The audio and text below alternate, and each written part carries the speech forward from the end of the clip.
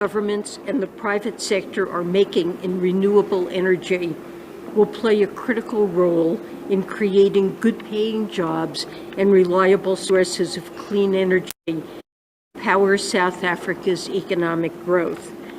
The United States is committed to the South African JET-P, and we're committed to a transition that is just for the communities and workers that are affected. Facilitating a transition that leaves no one behind requires job retraining and reskilling like we saw today. It also requires the redevelopment of former fossil fuel and power sites and investments in infrastructure to support the development of new industries and economic opportunities.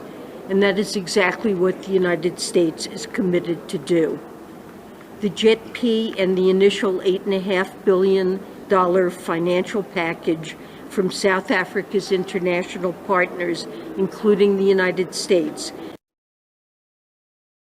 support for South Africa as it launches a transition that will grow its economy for the future, expand employment opportunities, capitalize on growing new industries, and improve health outcomes.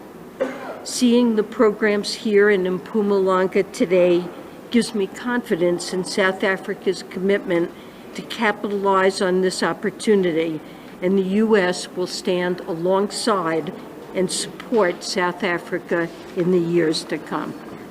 All right, first question for SABC. Madam Secretary, the issue of just energy transition is a thorny one in terms of the pace of implementation thereof, because South Africa's baseline has always been on coal, and you have to be sensitive to communities, but also in terms of job losses, and you spoke about reskilling. Did you discuss this issue with President Ramaphosa and the Minerals and Energy Minister?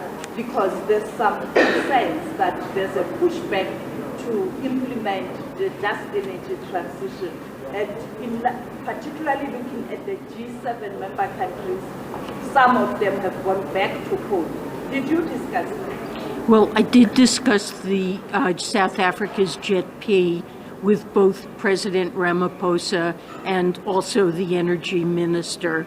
And we did discuss that is trying to support a set of plans that South Africa has devised itself that involve a gradual transition and a recognition that we need to support communities that are affected by that transition, that jobs are important, and we emphasized that the just piece of JET-P is critically important to us. It's something we are interested and committed to supporting, and that's why we're here today, is to see the ways in which partnering together, we're able to see a path by which, to start with, South Africa has had very high youth unemployment, but we certainly want to both address that and certainly make sure that the transition doesn't leave workers and the next generation of young people behind. So yes, we did discuss it, and I expressed on the U.S. side a commitment on the just piece of it. Thank you, Madam Secretary. The Price Cap Coalition has 9 days to set the 2 new caps on refined products for Russian petroleum products. And the EU has just proposed $100 and $45 for those levels. Are those, particularly the 100, which would apply to diesel, satisfactory to the U.S.? Would they help meet the 2 goals of the program? Well, look, I'm not going to get into details. We're in the middle of discussions with all of our partners, the G7 Plus coalition and the European community, about what is an appropriate level of prices to set. But I'm encouraged we will be able to come to agreement by February 5th, I believe, is the date when the ban on refined product imports goes into effect.